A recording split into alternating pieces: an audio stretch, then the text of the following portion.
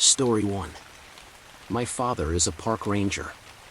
He took me with him on the night shift. I should have listened to his rules.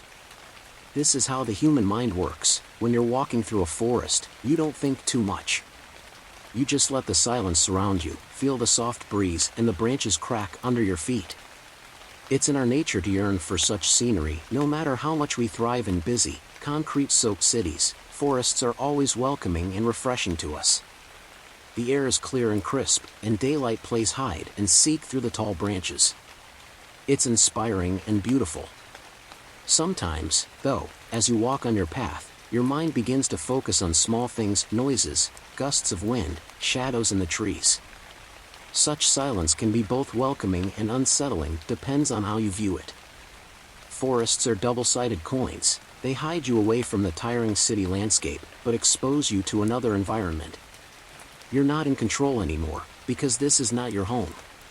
You can lie to yourself and build a house there, but you don't belong in a forest. You're merely a visitor. That's national parks for you, an illusion of being in control.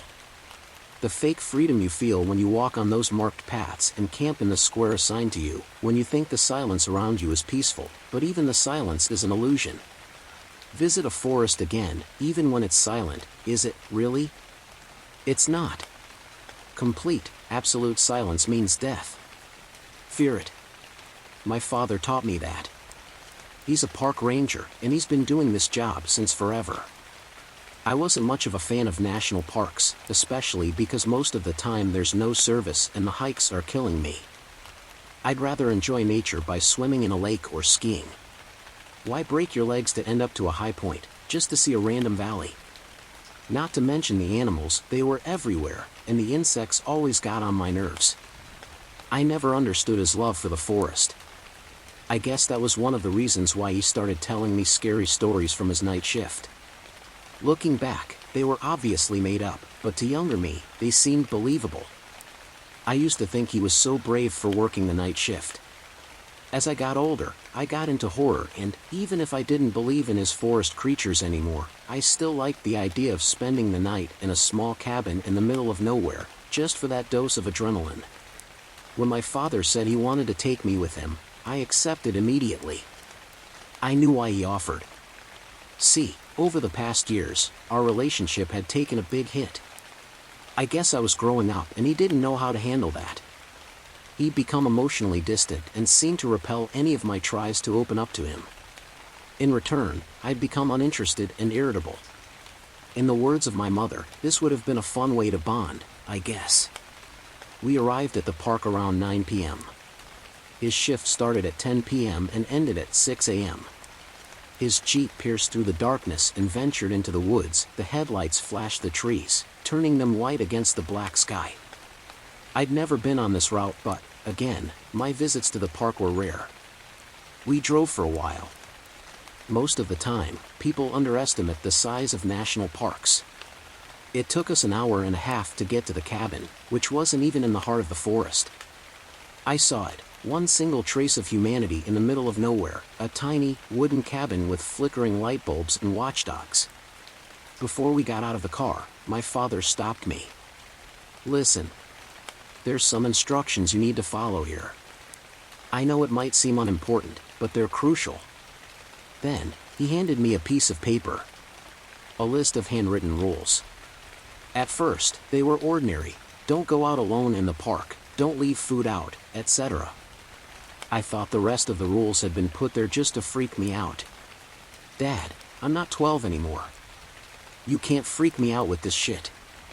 I'm not trying to. You wanted to come here with me, so act accordingly. What even is this? If you see a man without an arm, don't help him. We have all kinds of weirdos around here. And this? If the whistling is near you, it means they're far? My father smiled, but his eyes didn't. Some of these are added by superstitious fellas. It's more of a what if. It's not gonna happen to you. Don't go out alone in the park. Always have a working contact device. Don't leave marked paths, unless instructed to or with proper equipment. Don't leave food out, and lock the trash bins. Always keep on the whistle and the badge. If you see a man without an arm, don't help him. Your family is not in here. Remember, there's no reason for you to hear their voices from outside.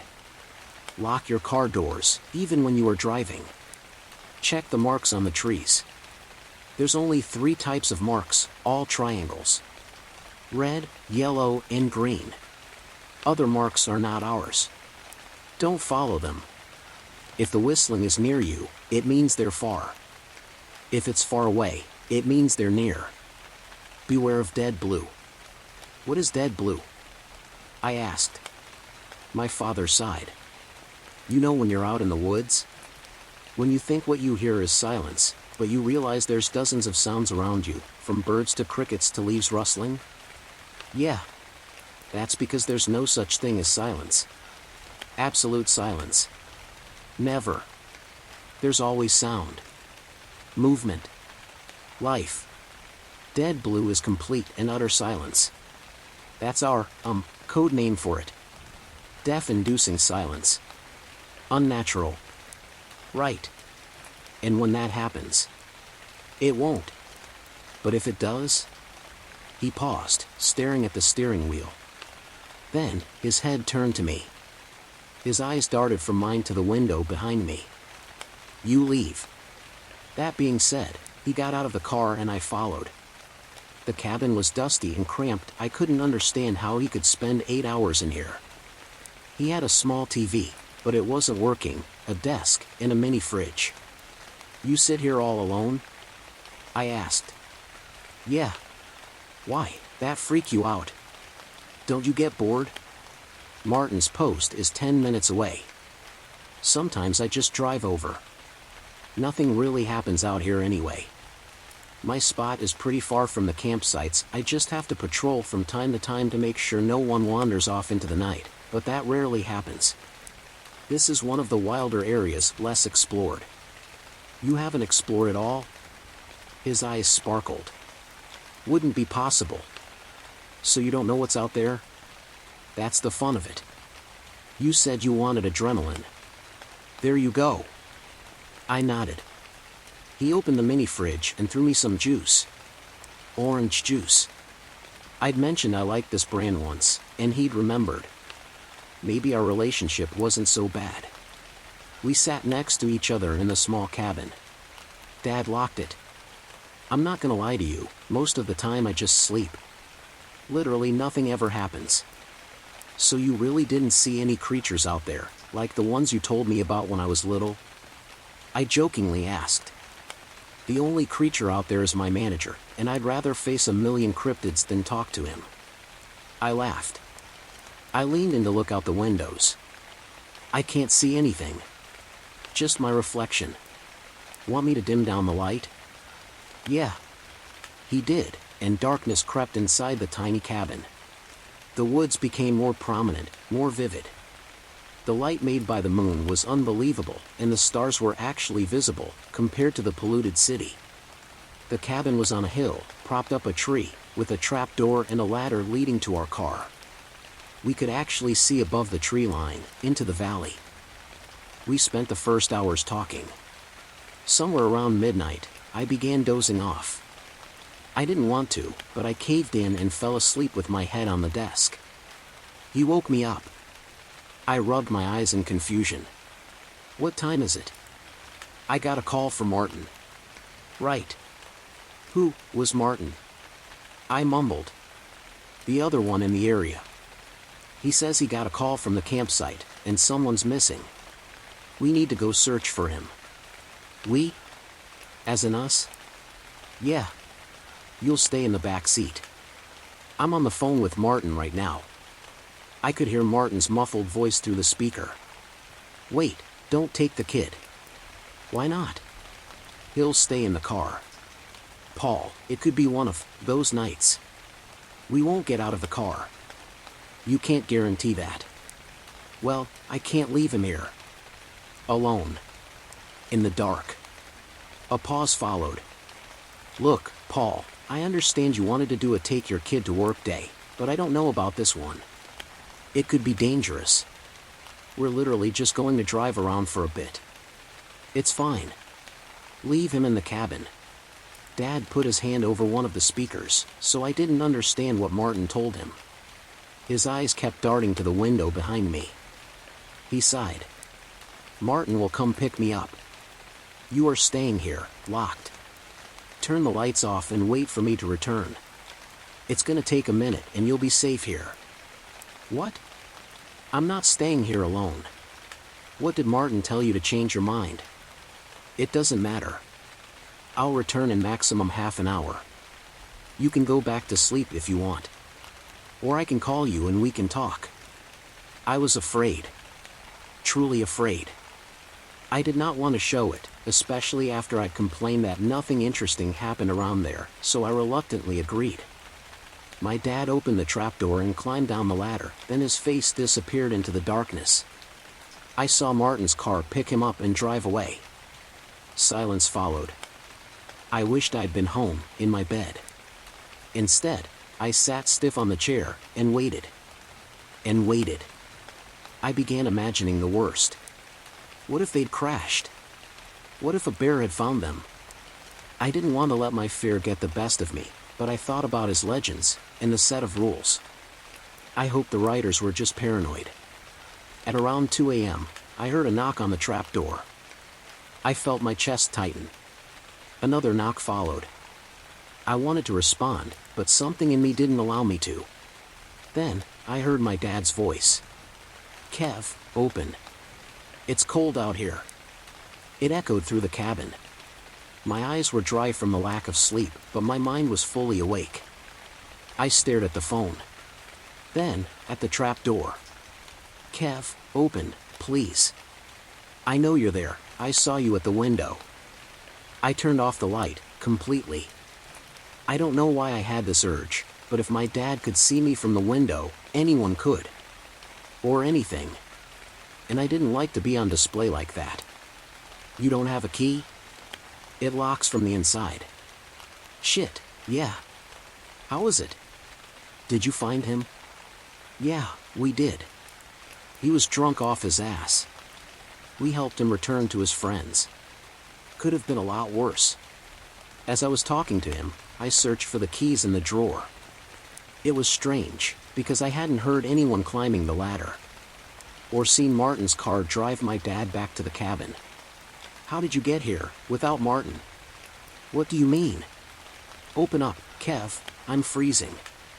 Answer the question. He did drive me here. Didn't see any headlights. They were off, to not draw the attention of animals. Bullshit. I pulled out the crumpled piece of paper. 6. Your family is not in here. Remember. There's no reason for you to hear their voices from outside. My hand was shaking so bad, I could barely grab the phone. I skimmed through my contacts. Cade F. Connor. Dad. I called him. The phone was ringing, yet no sound came from beneath the trapdoor. My dad picked up. Anything okay? In the blinding darkness of the cabin, surrounded by the howling wind, I toned my voice down to a whisper. Dad, someone out there is pretending to be you. A long pause followed. When he spoke, his voice was trembling. Don't open. Turn off the lights. Did you turn them off when I told you? I turned them off now. No, you should have turned them off when I left. I'm sorry. It's fine. Don't talk to it. Did you talk to it? Guilt crept up my spine. I don't know why, but I lied. I did not. Good. Stay put. I'm coming after you. But what if the thing sees you? You'll have to face it. We have ways to distract them. It's fine. Don't be scared. I lied again. I'm not. Good. I love you. I'm coming. I wasn't scared for me. I was scared for him. The voice from below continued. Kev, please open. Please. It's cold. I didn't answer. Knocks followed. The voice went on. Did you talk to someone on the phone?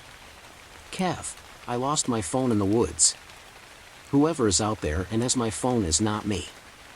It's not me. It's not me. It kept repeating. It's not me. It's not me. I began feeling lightheaded. Fear is one thing, but this was a combination of anxiety, stress, and guilt. I tried to control my breaths, but to no avail. The cabin was spinning around me. It's not me. It's not me. It's not me. It's not me. It's not me. It's not me. Shut up.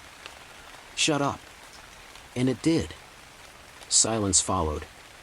I pulled out the list again and started reading and rereading the rules, like a lunatic. I kept listening for noises from outside. The wind was still going. Good. No dead blue. Then, I heard a loud thud from my wall. Another followed, and another. It sounded like footsteps. They moved to the roof of the cabin. I could hear my heartbeat in my ears. Whatever was out there was now climbing around my cabin. I could hear the scratching outside. I started to cry, and covered my mouth with my hand. I just wanted my dad. I wished I could see his face again. The universe, somehow, ironically responded, because my dad's face suddenly appeared at one of the windows. He raised his hand and knocked. I stared at him through my eyebrows, my head tilted. Scarcely breathing, I remained still. He kept knocking. That wasn't my dad. The cabin was tied to a tree, at around 10 meters from the ground. He could not be at the window. The creature knocked, and for what seemed like an eternity, we just made eye contact. Blood was dripping from one of its nostrils. Another phone call woke me from my trance. Kevin, are you there? Are you in the cabin? Yes. And the thing looks like you. And it's at the window. I'm coming right now. I'll shoot it. Don't worry. I'm just about to turn a corner. Dad, I'm really scared for you. Martin's coming, too. It's okay. Truly, in a few minutes, Martin's car pulled up. I cried in relief. The thing turned its head to look, then back to me. It opened its mouth wide, and, using its fingers, pulled the corners upwards, to form a smile, then jumped into the woods, into the darkness. Gunshots followed. After a few silent minutes, I called my dad. He picked up. Where are you? I asked. I'm coming to get you. I saw him walk towards the cabin, then heard him climb up the stairs. I unlocked the trapdoor and hugged him tight. What was that? Please, tell me we're going home. We are. I'm so sorry. I should have never put you through this. Come on. As we walked towards our car, my blood ran cold. It was not something I'd seen or heard, but the opposite. See, the wind had stopped. The crickets had stopped. Dead blue. I sprinted to the car, got into the driver's seat, then locked the doors. My dad was standing in front of the car, confused. That's when I got a text, and I hit the gas. I ran him over, then turned the car around and sped up into the night. I barely knew how to work it out, since I didn't have my license, but I left as quick as possible. Behind me, a car followed. When I got to the nearest checkpoint, I stopped. The car was Martin's. He got out, alone. Where's my dad? I asked. He, took an ATV to get you. Said he'd get there faster. I texted him to turn around, and that you were safe. The text he'd sent me. Martin and I split up. He may get there faster than me, and if he does, he'll text me to turn and head to the checkpoint. There is no one with Martin. He's alone. I thought I'd unlocked the trap door to my dad, when he'd actually taken an ATV and turned to the checkpoint. The thing I'd ran over wasn't my dad, and I'd known it since I felt that unnerving silence. However, no one at the checkpoint had seen my father. As I'm typing this, I'm afraid for him, but a part of me knows he's alive. Maybe he took another route, or got lost. Whatever he did, I'll find him. Story 2. park ranger warning you to stay safe and leave your flashlights at home. I've been a national park ranger for close to 2 decades. Protocols have changed a lot in that time. I write this just to try to keep people safe for the next time you venture to the big outdoors. Let me tell you about the last park I worked. I can't be too specific about the location for my job's sake. Anyway, we had clusters of campsites that we rotated annually. The idea was to prevent one group from getting overused and worn down, let nature regrow a little bit. The winter had just passed, and our big summer season was a few months away. I'm sent out to check the suitability of the campsites to decide which ones need time to recover, and which ones we can open up. Winters here are cold.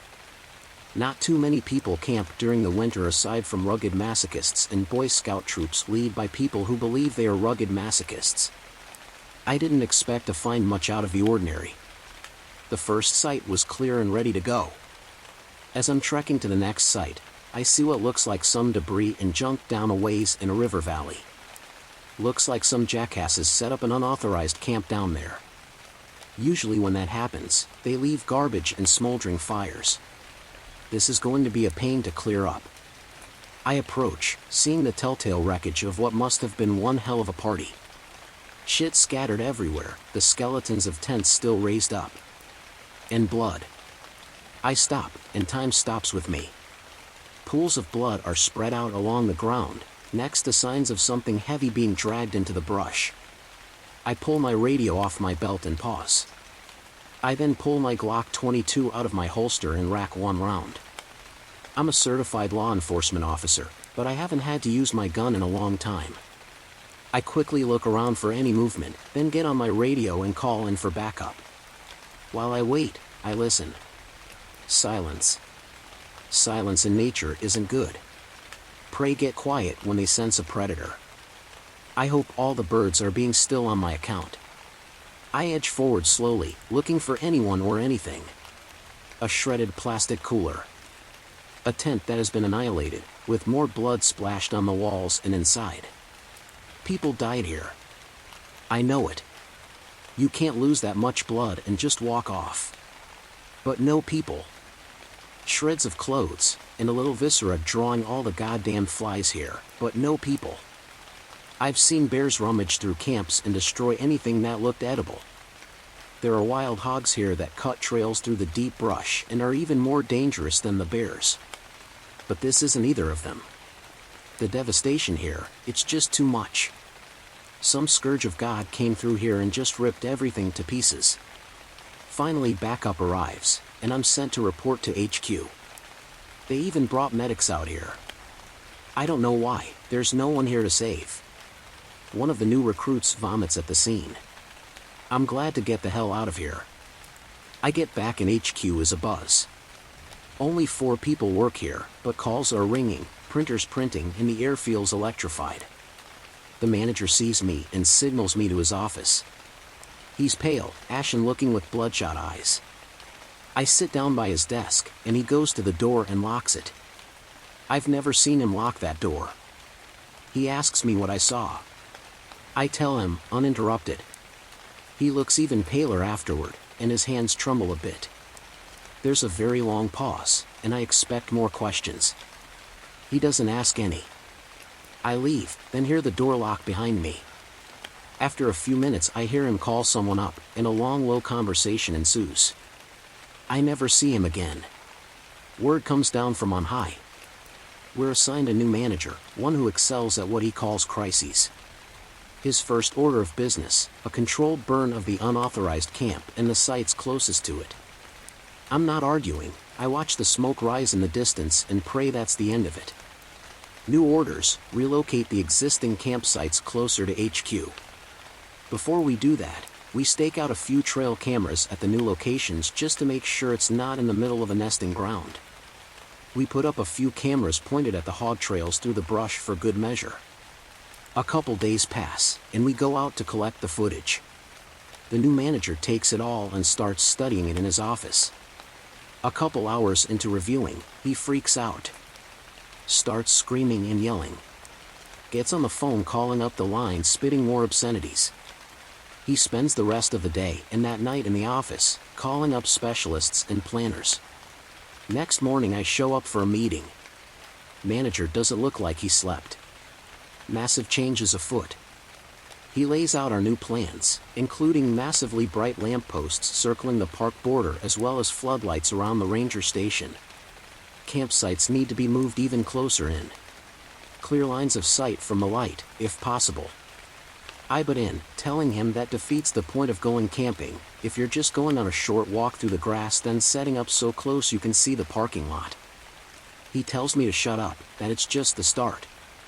The park now closes at sundown, sharp. Also, we're now required to have a long gun on our person at all times. Now it isn't uncommon for rangers to carry an AR-15 or a Remington 870 shotgun going out in the deep woods. There are wild and rabid animals out there.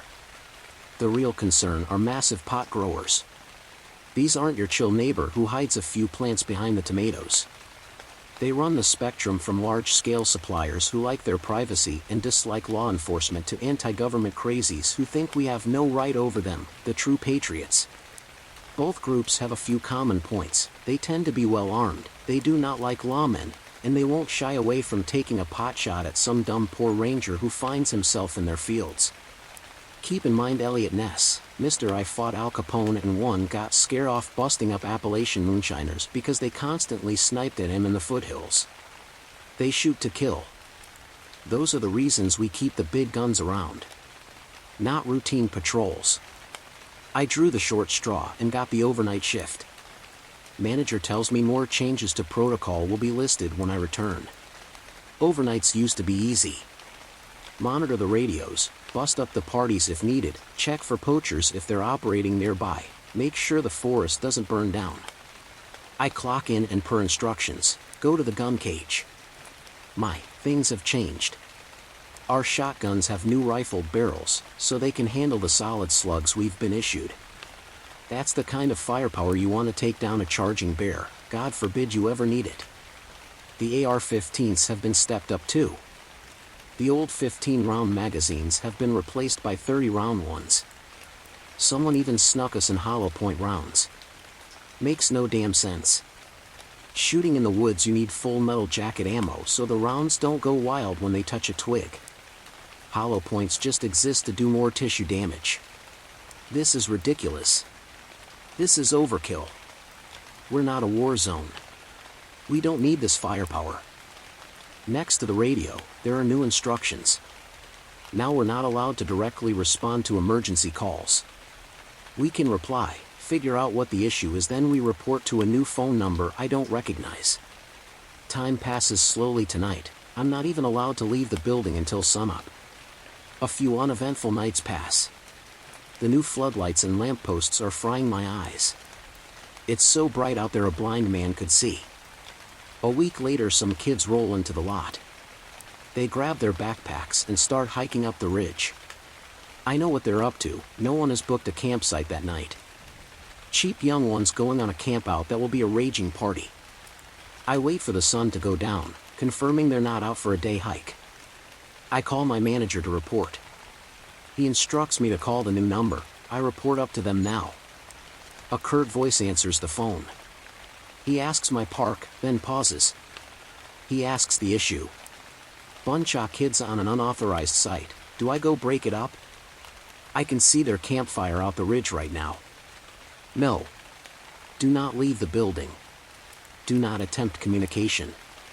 That is all. Report if there are any developments. Right after daybreak the manager rides up. It's real early. Have you seen them?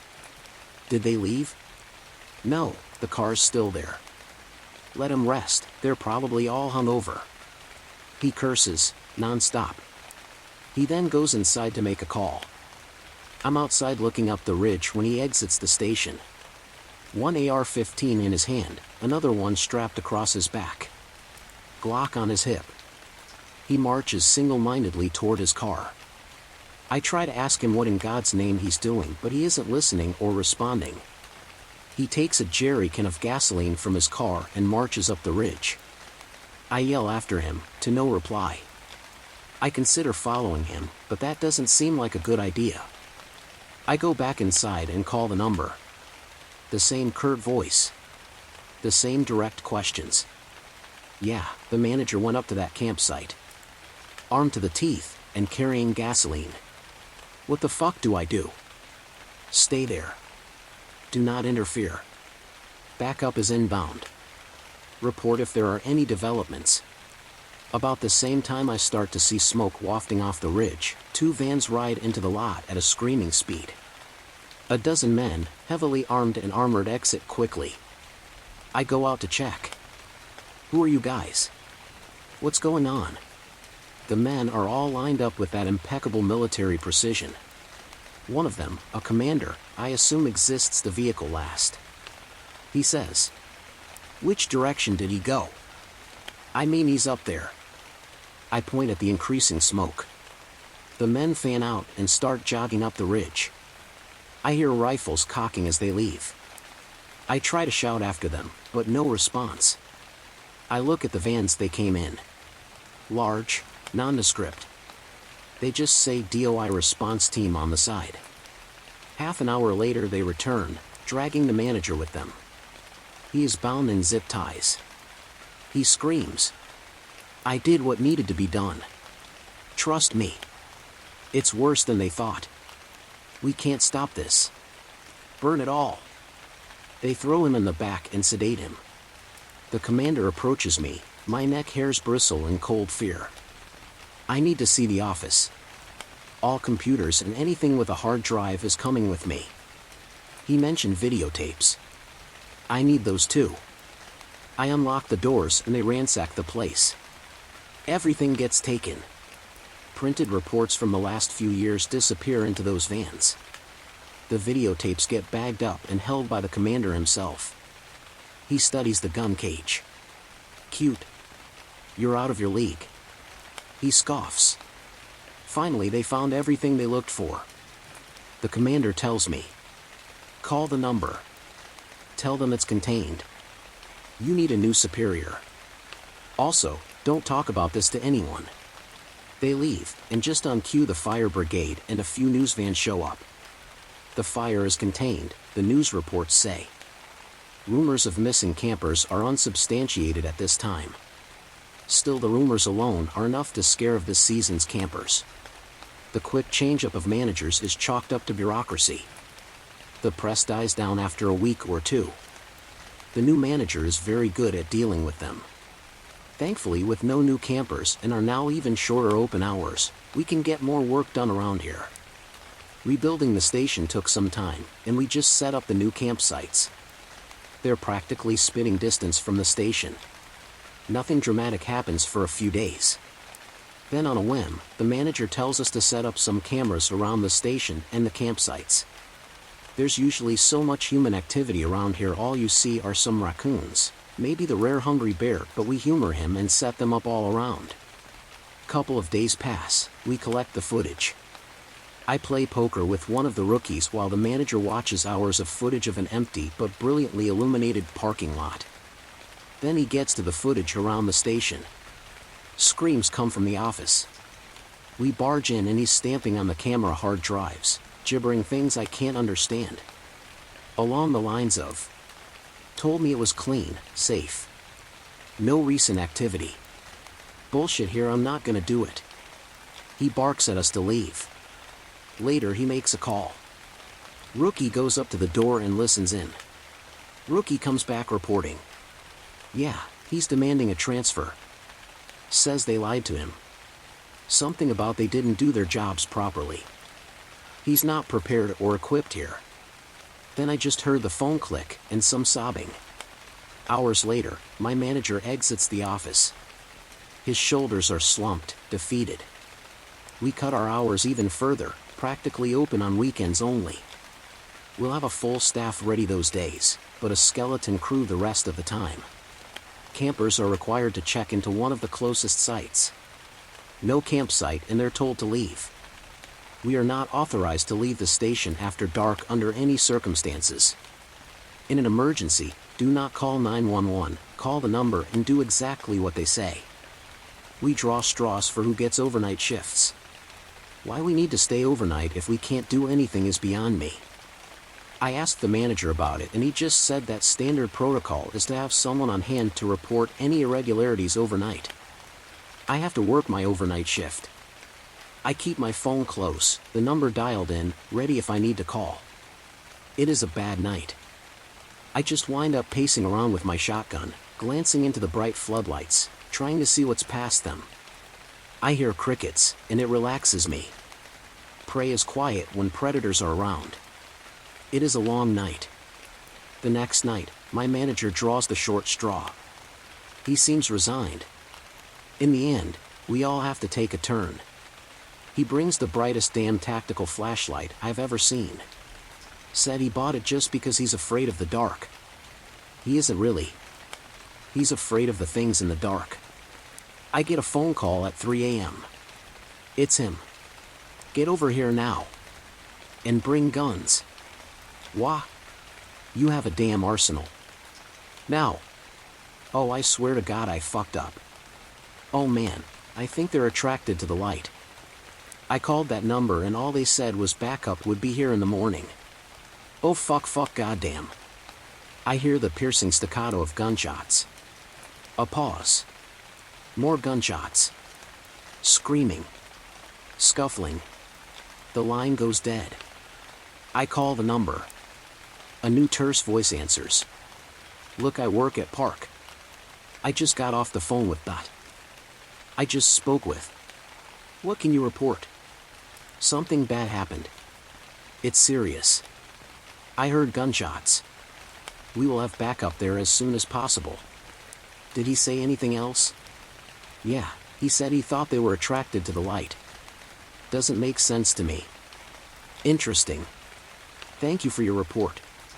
The park is now closed. You will be reassigned. Goodbye. Click.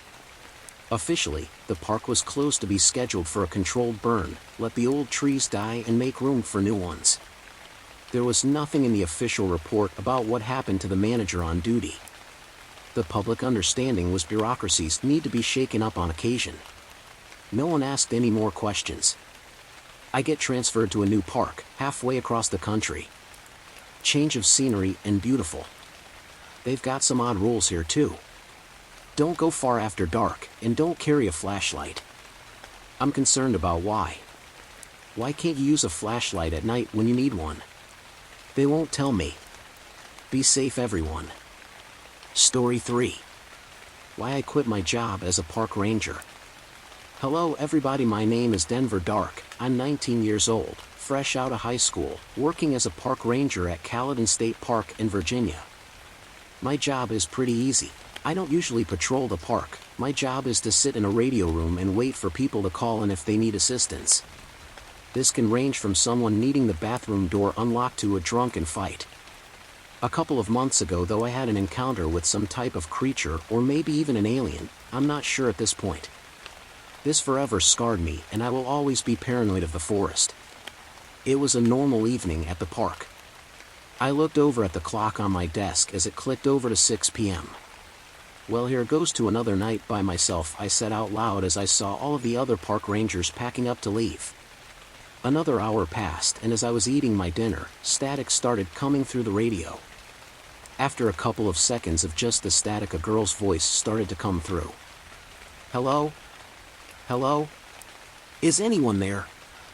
I paused for a second after chewing another bite of my food. I had never heard anything like this over the radio before, so I picked it up. Hello, this is Officer Dark here. Yes, she yelled before continuing her sentence. Please help me. Something is chasing me. I was dumbfounded. The creepy part was she didn't say someone, she said something. I quickly calmed myself before responding. Calm down, miss. Tell me where you are so I can send help out immediately. I'm at the old watchtower on the northeast side of the park. I ran here after it chased me out of my cabin. Please send help, I think it's close. It's alright miss, I'll send help out I was cut off by her shhhh. I stopped talking, listening to the radio. Then I heard a very soft but aggressive growl come from the speaker. "Oh God, it's here." As she finished her sentence, I heard a crash of a window and a large thud on a wood floor. The radio cut out. I was in complete shock. Did I just witness someone die? After about a minute of me being absolutely glued to my seat with terror, I started to gather a plan in my head. I spun around in my chair and grabbed the old park map off of the desk next to me. I unfolded it, frantically scanning it, looking for an old watchtower. There it was on the northeast side of the park, just like she said. To the looks of it, it would take me about an hour to walk there. I got up from my chair and walked over to the gun cabinet, unlocking it with the keys I had in my pocket. I grabbed the first gun I saw, a 12-gauge shotgun along with some extra shells. I also saw the flare gun on the top shelf and decided to take that too. Before leaving the station, I made sure that I had everything that I needed. Shotgun, flare gun, flashlight, radio, pocket knife, and the map. I'm not gonna lie, I was scared to go out into the woods after that whole event. I also hated the idea of being alone, but I knew I couldn't just sit there and do nothing. As I exited the station, I was greeted by the cool breeze and a beautiful sunset of a summer evening. All of the night bugs and animals started to come out. I could hear the calling of the cicadas in the trees, while the crickets buzzed below them on the ground. It's weird because you wouldn't think that such a breathtaking scene could hold such horror that the lady experienced. Since it was a long walk, I started moving at a faster pace than I normally would. As I was about 10 minutes away from the tower, everything changed.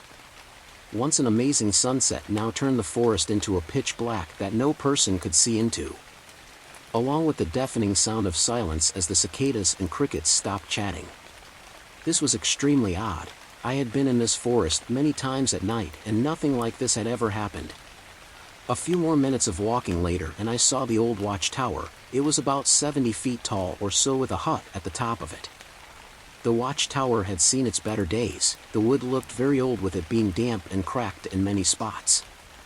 At this point, I was at the base of the tower. Right before I was about to go up on the first step, I got the worst feeling I have ever felt. My head started to spin. I was very nauseous and started to see stars. As this continued, I thought I was gonna pass out. As the darkness around my eyeballs started to grow, everything stopped. I was normal again. Except for one feeling. It felt like something was staring at me. I swear I could feel its eyes piercing into the back of my head. Its glare almost felt sharp, like a knife had been jammed into my side. I spun around as quickly as I could, holding the shotgun in front of me. Nothing. There's nothing, I thought. Until I scanned the tree line in front of me about 50 or so feet out. Oh my gosh, I let out as I see deep in the forest. A pair of two vibrant green eyes staring at me. I was struck with fear, my eyes not being able to leave the sight, my feet almost cemented in the ground. After about a minute of me staring at it, it winked at me. It winked at me. After this, the eyes disappeared and went back into the brush. I didn't know what to think. The only thing that I knew was not to stay in that spot. I ran up the old wooden stairs as fast as I could. But then I remembered the radio call I had gotten earlier. I prepared myself for a bloody scene. But when I reached the top of the steps, the hut was empty. No blood, no body, no lady. The most disturbing thing of all, though, was it looked like this place hasn't been touched in years. The floors and desk in the room were both completely covered in cobwebs and dust. A large radio sat on the desk. It must have been the one that came through to mine, but that too was engulfed by the webs. Something very strange is happening. I just couldn't figure it out. On the edge of the desk was a stack of very old newspapers. My curiosity took over and I picked one up. Date, 1978. Headline, Woman attacked and killed by the Wampus cat, locals say. This didn't make any sense. This couldn't be the same lady I just contacted. I needed to find out more, so I kept on reading. The next thing that I read sent shivers down my spine. The Wampus cat resembles a very large black panther, most known for their very bright green eyes. My blood ran cold. I needed to get out of this place right now. Right as I shoved the newspaper into my pocket and was ready to run, it was too late. Before I could turn around, I heard a sound. That same damn bone-chilling growl I had heard on the radio. I turned around as fast as I could, raising my shotgun. there it was, the beast itself. The wampus cat. This cat was massive, quite possibly the biggest mammal I had ever seen. It stood on all fours at a staggering height of at least 8 feet tall. It had deep old scars all over its body, probably from people like me. Its paws were the size of small dinner plates, and didn't forget its face. The lips were completely barred back, showing its dinner knife-like fangs, and the most important thing of all, those dang green eyes almost staring into my soul. I didn't waste any time and pulled the trigger, sending a slug at my target. I landed the shot, but it barely did anything. The cat staggered back when the slug hit him, but that's about it. How is this thing still alive? The round had left a bloody hole in its torso about the size of a dollar coin, but alas, the creature was pretty much unfazed. I decided to run for it, booking it to the exit, only to be stopped by the huge feline pouncing on my back and pinning me to the wood floor. The beast raked its long claws across my back, leaving an extremely painful wound. It felt like I was being burned with a hot iron. I could feel my shirt already being soaked with blood. I managed to flip around on my back to face the beast, holding its head away from my face. Although I was able to keep its head at bay, I wasn't with the paws. It started swiping at my face, leaving those searing claw marks on me again. I tried to reach for the shotgun on the ground next to me, but I wasn't able to. Blood from the gashes started to seep into my eyes, stinging them, not allowing me to see. With nothing working and all of the blood I was losing, I started to give up. There was no point, I couldn't overpower this thing. And right when I was about to give in, thinking about all of my friends and family, an idea sparked into my head. I reached in my pocket and pulled out the knife I had forgotten about. I flipped the blade open and immediately stabbed the cat in the neck with it. The beast reared back in pain, leaping off of me. This was my only chance to escape. I quickly got up and snatched the shotgun before sprinting down the stairs. I had a head start, but the cat was catching up. As I reached the bottom, it was already halfway down. I didn't have any time to spare. I ran immediately to the trails, not looking behind me. I could hear the big heavy footsteps of the beast on my tail end. I knew eventually it was going to catch up, so I turned around, pumping 2 more slugs and it staggering it again. I could tell it was hurt because it was moving a lot slower. I fired again in its direction, landing another shot with a bloody splat. Then the cat stopped running, turning around and slowly jogging the other direction. It finally gave up. This didn't stop me from sprinting back to the station. I used every bit of strength and willpower to make it back. As I busted through the door of the building, the biggest wave of relief came over me. I had won. I had beaten that thing. After attending to my wounds and grabbing a glass of water, I sat down in my desk chair, thankful to be alive. While reaching into my pocket to take out my phone, I felt paper. The newspaper. I pulled it out, scanning the article once again, realizing that I missed something before. The woman's body was found in the watchtower of Caledon State Park, her body being mutilated, even missing some of her limbs. Even though she was killed, many of the people in the park say they can still hear her calling for help, just like that same night she was murdered. I was completely shook. I didn't know what to think. Was it a ghost or maybe a spirit? And right as I put the newspaper down, the radio buzzed, playing that same voice that started this all. Hello? Story 4. My buddies and I went camping in a remote forest. We found a child wandering in the dark. I'm in a crappy band with some old high school buddies. A few weeks ago, our bassist, Pierce, informed the rest of the band that his parents had flown to Europe and left their house for us in Fort Collins. His dad is a sound engineer and has a recording studio in the house. We were ecstatic. So we packed light and made the drive from California to Fort Collins, ready to track a backlog of 8 songs we'd been sitting on. It was mid-spring, and the mountains looked like they were jutting from oceans of blue and yellow wildflowers. The drive was long, but it was nothing short of spectacular. In fact, it was so beautiful that one night, after a recording session, Pierce suggested we go camping. I laughed at the idea. They all knew I'd had a somewhat negative experience in the Colorado Rockies a few years ago. But Ronnie and Jeff jumped on board and insisted I not be a wet blanket about it. Pierce recommended some vanilla tent camping at the foot of the mountain, but Ronnie had a bright idea. He wanted to do some astrophotography, and for that, he said, we need to go to a place that's really dark. So he spent some time Googling and discovered Comanche Peak Wilderness, a remote section of a popular national park. What a great idea! I remember chirping. Why, surely nothing could go wrong. Of course, shit did go wrong, and it started on the drive up there. People always forget that evening begins at around 3 p.m. in the deep woods. As soon as the sun dips behind the treetops, the gloom sets in and things get eerie. Nothing makes me more claustrophobic than the sight of that heavy murk sliding over the world. My body rejects it because my brain knows it's too early for dark. I was on edge the second the paved road gave way to dirt.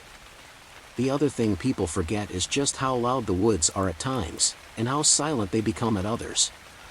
The contrast between them can make your head spin. One moment it's a symphony of owls and crickets and toads, then a branch will snap or thunder will crack, and suddenly you're wondering if you've gone deaf. And then of course, if you think about it too much, you realize just how full the darkness is with all those watchful eyes. We went in as deep as we could. We ditched Pierce's truck on the side of some forgotten road and hiked about a half-mile into the trees.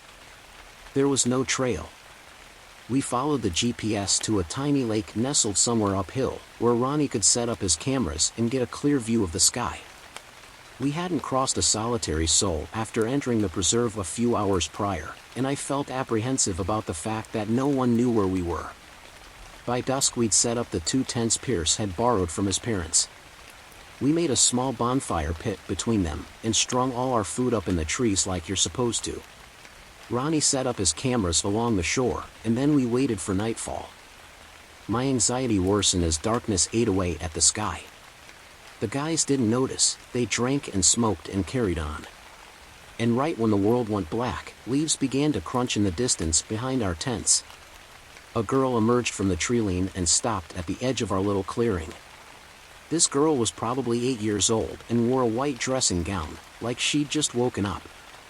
She had platinum blonde, almost white hair, and skin so pale she looked like a ghost in the firelight. She wasn't carrying a flashlight or anything. She'd been walking in pitch-black woods. She squinted at our fire as if it annoyed her, and let out a few wet coughs. We all just stared at each other in confusion while she studied us. There were no roads or trails in this area. This was not a campground. Her presence made no sense. Jeff eventually called out to her, asking if she was okay, and she replied, "My mom's sick. Can you guys come help us?" Where is she?" Jeff asked. The girl just pointed into the forest. The trees and shadows and mist clustered together to form a great big wall of nope. I gave Jeff a subtle fuck no head shake.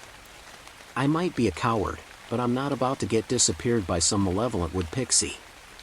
Ronnie stood up and asked the girl if they were camping or if they had a house or what. The girl just said, "She's really sick. Just follow me." She started coughing again. At this point all 4 of us could sense that something was wrong. Pierce, probably the cleverest of us, invited the girl to come warm up by the fire and explain what was going on. I think he knew she'd decline. The girl just turned and walked back into the woods, coughing as she went. Before she vanished, she turned around and said something, but we couldn't be certain of what. I heard "so you'll be a liar," but Ronnie heard "soon you'll meet the liar." We built the fire up a lot more, mostly to keep a good perimeter against the darkness. All of us were creeped out, but after a few hours the guys had mostly forgotten about the girl. They laughed and told stories about drunken escapades. At some point, Jeff and I went to the tree-line to take a piss. I walked about 10 steps into the woods and blasted the dark with my flashlight, Jeff following closely behind. I wanted to see if there was a clearing on the other side, or a footpath the girl might have followed. But there was nothing. Just a snarl of impassable trees. We heard Ronnie shouting something, so we jogged back to the fire and saw him examining the southern edge of the clearing. That was the direction we'd left the truck in. Pierce said as we passed by, he thinks he heard more footsteps. I heard them too. Standing next to Ronnie, I could make out a new pair of feet trampling the leaves in the dark. It was louder than the girl had been. probably bigger. "Show yourself," Ronnie shouted again. "We are armed." To my surprise, a woman answered him. She laughed and said, "Don't shoot, just a hiker." We moved back and watched her step into the clearing. She was probably in her late 30s and wore a raggedy hat and an old, beat-up pack. I remember hearing Pierce grumble something like, "Real private spot you found here, Ronnie," and I agreed. How the fuck were all these people bumping into us way out here? The woman introduced herself as Sarah and apologized for scaring us. Ronnie demanded to know what she was doing out here, and she explained that she'd done the full-day loop around the mountain but got lost for a while. She claimed to have found her bearings and now knew where she was going. "You know the way back," he repeated to her. "Yep." "In the dark. Without a flashlight." "Hoo-ha. I know this area pretty well." Ronnie wasn't buying a word of it. He turned back to the rest of us and said, "We're getting cased, you guys. We're about to get robbed, soon as we fall asleep. Campers get killed by thieves and meth heads all the time." "Well, thanks for bringing us out here, dingus," Jeff said. Sarah laughed again. She was real smiley for a woman lost in the woods. "In the dark. I swear it's nothing like that," she said. "Look, I'll be on my way." For whatever reason, I felt the urge to press her further. So I said, "You know, you're not the only person we've met out here who's walking around without a light." That fake little smile fell off Sarah's face, and it took the wind right out of my sails. She stared at me like she could see down into the deepest places inside me. "You met the little girl?" she asked with a blank expression. My bandmates all exchanged looks of incredulity. Sarah collected herself, and a new smile spread across her face. She said, "Don't listen to anything that little brat says. She's a liar, through and through. Look, why don't you guys hike down to the ranger station with me? It'll be safer together." She pointed behind herself, into the woods. Something lit up in my brain. This was the second time a stranger had tried to coax us into the dark. We weren't going to get robbed. Something much worse was about to happen. Pierce seemed to have come to the same conclusion, and he invited Sarah to instead join us around the fire. As he did with the little girl, he knew Sarah would decline. The strange woman told us she had to get back before it got any colder. And with that, she turned and hurried into the woods. After a long debate about what to do, we decided that hiking back to the truck was the fastest way to get lost or killed. We hadn't used a trail and our phone batteries were low. Every time the wind blew it set 1,000 trees groaning and shivering, which made it impossible to orient ourselves by sound. And it was so black that if I stared into the darkness long enough, I started having minor hallucinations as my brain tried to make sense of the void. So we kept the fire blazing and agreed to sleep in two-person shifts. Since Pierce and I were the soberest of the bunch, we agreed to stay up first. But only an hour into our watch, we started hearing the coughs and sputters of a little girl in the distance. I followed Pierce to the lake's edge, which lay about 30 yards from our camp. There, we heard an eerie voice wafting on the breeze. I saw the silhouette of a person milling about near the water a few hundred feet away, and realized it was the girl. She was wandering around in the dark, singing. We booked it back to the fire and woke up Jeff and Ronnie, alerting them to the girl's presence. But as we discussed what to do, another voice erupted from nearby, and began singing as well. It sounded just like Sarah. Pierce and I jumped into the tent with the other guys and sealed it up, terrified that the time had come for whatever these creeps had planned. But no one approached our camp. The two people just walked in slow half circles behind the trees, singing together in a language I couldn't identify. Ronnie always keeps a menacing-looking trail knife on him when we go hiking, and he scrambled for it while shouting that he'd butcher anybody who came near us. His yelling caused the people outside to go quiet for a few moments. I pulled out my phone to record some of the voices, but my hands were shaking so hard I could barely operate it. I caught a bit of the girl, but then something even weirder happened. None of us are certain of how many people were in those woods, but we heard a third voice at that moment. It was deeper and guttural, like the sound of some night predator stalking around in a jungle. I'm not certain the noise was made by a person. Ronnie and Jeff believe the sound is coming from the girl, who has a coughing fit and then begins channeling some demonic voice. Pearson, I think it's a third person or an animal that was with them, waiting for us to leave the safety of the bonfire. Here is a link to the recording. Sorry for the poor quality. I have a crappy phone. After the commotion, the activity in the woods died down for a while. The guys and I remained inside the tent, terrified, only leaving its shelter to throw more wood on the fire about once an hour. None of us slept. And for the rest of the night, we occasionally heard distant singing, laughing, coughing, and the occasional whisper. Sometimes the girl would say, "Can you help us?" in the exact same tone, as if her voice had been recorded and replayed over and over. We also heard someone, probably Sarah, climbing a nearby tree and shouting things like, "I see you, boys, and let's go together. It's safe now." And that was it. By dawn we were exhausted from terror and half frozen in the tent. The noises stopped and the people, if they were people at all, had long abandoned their efforts to lure us into the dark. We packed up and hiked back to the truck, which had thankfully not been ransacked. As far as I'm concerned, the next time I go camping it'll be in a treeless desert in Arizona. And I'll see if I can get Ronnie to post some of those night sky shots.